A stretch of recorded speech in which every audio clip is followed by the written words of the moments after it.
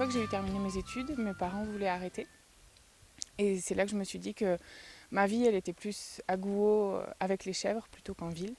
Donc j'ai choisi de reprendre et depuis le mois de janvier, c'est moi qui suis chef d'exploitation.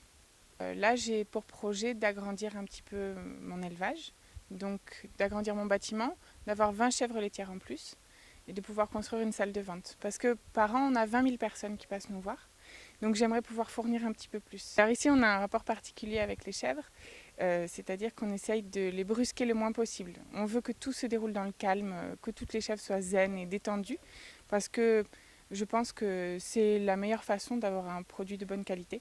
Ce sont des animaux qui sont très très malins, c'est toujours dans le défi, mais à la fois c'est beaucoup de tendresse et c'est vraiment intéressant.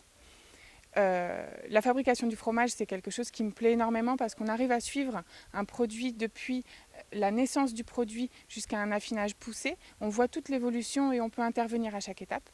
Et ensuite, et l'une des choses les plus importantes, c'est le rapport avec les clients. On accueille aussi beaucoup de groupes d'enfants qui viennent ici et on leur fait passer quelque chose, on leur fait passer la redécouverte du lien entre l'animal et le produit fini, le fait qu'ils puissent prendre en compte que derrière un fromage, il y a une famille qui peut vivre, il y a des animaux qui vivent, et du coup, je trouve ça vraiment intéressant de pouvoir leur faire passer ça. En plus, ils goûtent des produits auxquels ils ne sont pas vraiment habitués, et ça, je trouve ça génial.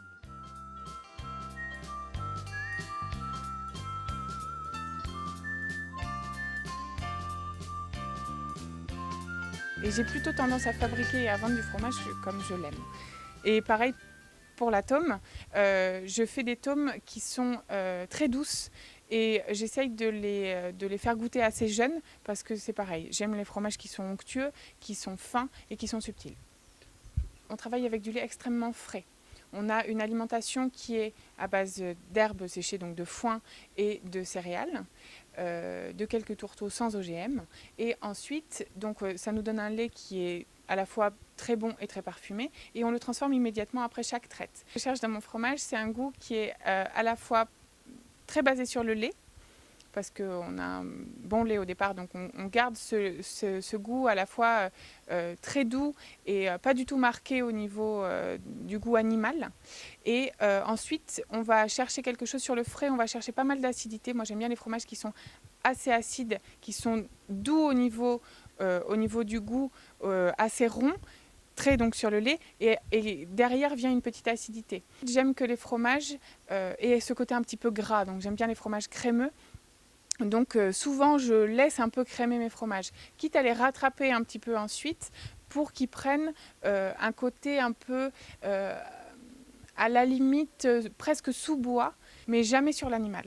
J'aime pas le chèvre qui a goût de chèvre. J'aime pas les fromages qui sont trop secs et cassants. J'aime qu'il reste un petit peu d'onctuosité. Il y a des fromages qu'on pousse un petit peu plus parce qu'il y a certaines personnes qui l'aiment râper par exemple.